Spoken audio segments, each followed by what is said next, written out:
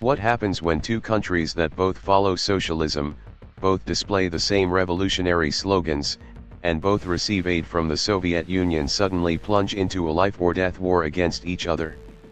And why, in less than a single year, did Somalia, a country that once believed it was standing on the brink of a historic victory, completely collapse on the battlefield, even though its army had advanced hundreds of kilometers deep into Ethiopian territory?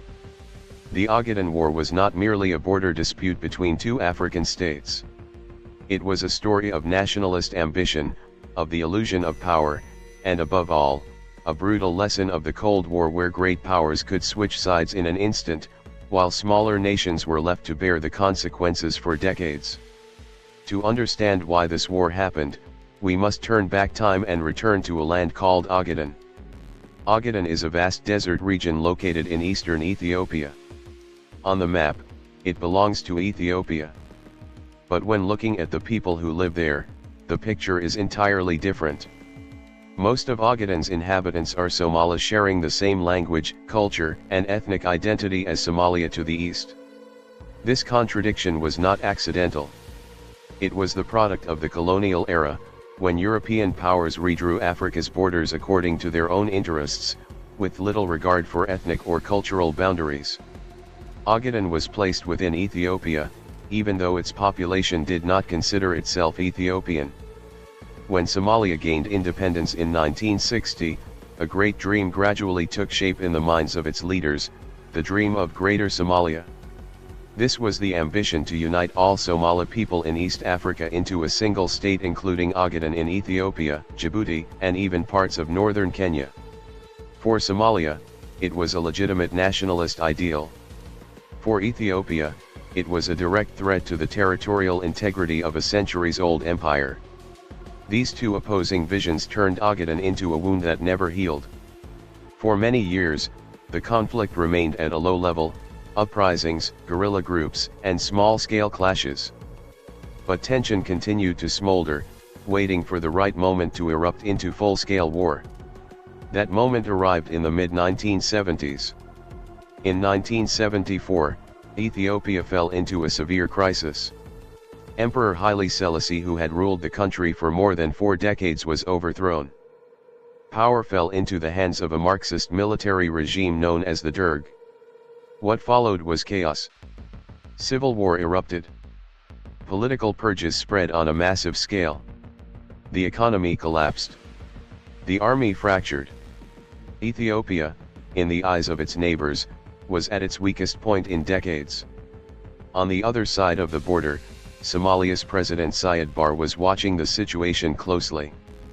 Barre was an ambitious leader. He believed in socialism, believed in the role of the military, and above all, believed that history was offering him an opportunity that could not be missed. In Barre's thinking, if Somalia did not act immediately, Ogaden would be lost forever. If we do not act now, there will never be another chance. In July 1977, Somalia officially took action. The Somali army crossed the border, launching a large-scale offensive into Ogaden. The first weeks of the war unfolded exactly as Siad Barre had hoped.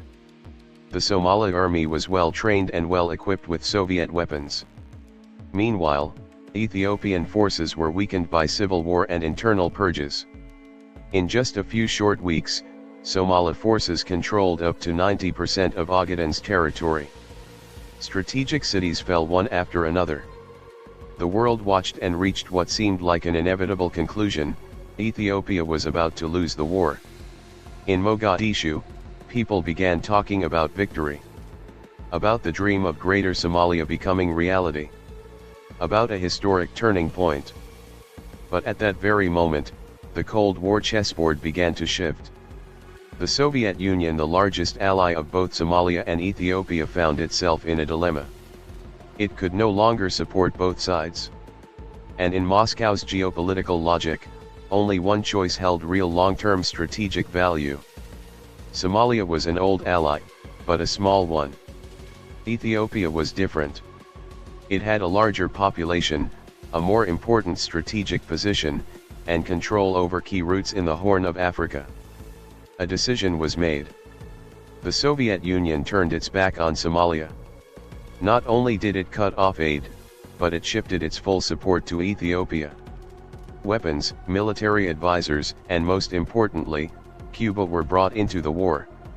More than 15,000 Cuban troops, along with East German advisors, were deployed to Ethiopia. The balance of power on the battlefield changed almost immediately. In early 1978, the counteroffensive began. The Ethiopian Air Force, supported by the Soviet Union, dominated the skies. Tanks and artillery advanced relentlessly. Somalia's supply lines were cut.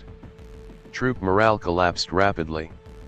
Within a few months, everything Somalia had previously captured was pushed back. The Somali army was forced to withdraw completely from Ogaden.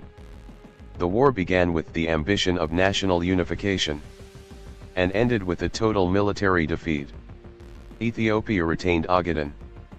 But the price it paid was also enormous. The country continued to sink into civil war and political repression for many years afterward.